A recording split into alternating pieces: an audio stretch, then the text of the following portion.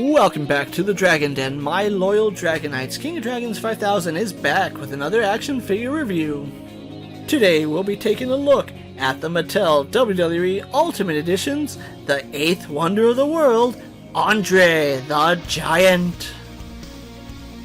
And so here we have Andre the Giant posed and out of the packaging, and before we have a look at the figure, let's run through his accessories. Andre the Giant does come with 4 well-detailed head sculpts, as well as 4 rather impressive large sets of hands. He also includes a soft goods shirt as well as the WWE World Heavyweight title.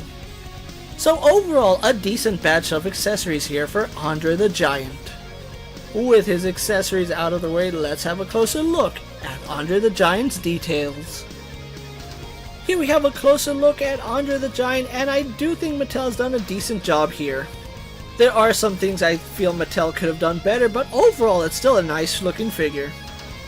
The head sculpt here for Andre the Giant looks really good, and I feel like all the heads work perfectly here.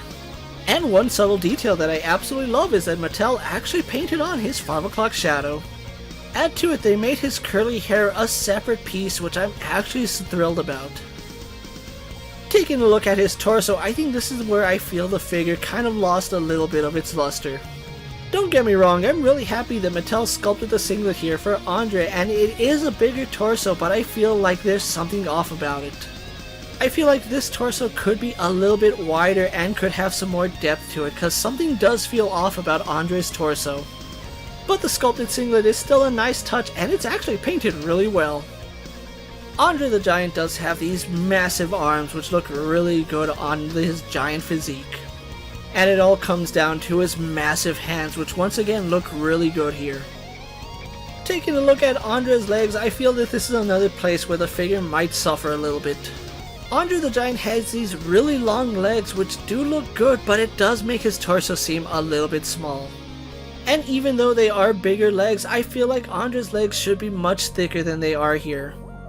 Andre the Giant is wearing his black boots, which do look good. However, Mattel does have boots that can actually make Andre slightly taller. But the sculpt on his boots is fine and looks really good, especially here at his laces. And one thing I absolutely love is that Mattel actually gave Andre the Giant these massive feet, which I'm really happy to see. So overall, as far as his painted details goes, there's things to like about it, but there's also things that you can nitpick about it. Overall, it's still a nice looking Andre the Giant. So with the paint and details out of the way, let's get Andre compared to our usual suspects. Here we have Andre the Giant posed next to a Marvel Legends Cyclops and DC Multiverse Superman. Mattel's WWE Elite Series and Mezco's 1/12 Collective Popeye the Sailor Man. The Lightning Collection White Ranger and the Star Wars Black Series Mandalorian. And finally, here we have the Ultimate Edition Andre the Giant posed next to the Legend Series Andre and my custom Andre the Giant. And as you can imagine, being Andre the Giant, he will tower over most of your collection, which is a really nice touch. So with the comparisons of Andre out of the way, let's get a look at his articulation. Andre the Giant will have a ball joint in his head, butterfly joints in his shoulders, arms go out to the side and do a full 360. Swivel at his bicep and double hinged elbows. Hinge and swivel at his wrists. Andre the Giant does have a ball joint in his upper torso and a waist swivel. Legs do kick forward, go back, out to the side, and have a thigh swivel. He has a double bend in his knees, a swivel in his boot, a hinge in the ankle, rocker ankles, and a toe hinge. So despite the real Andre not being as limber as this action figure, I think the articulation is really impressive here.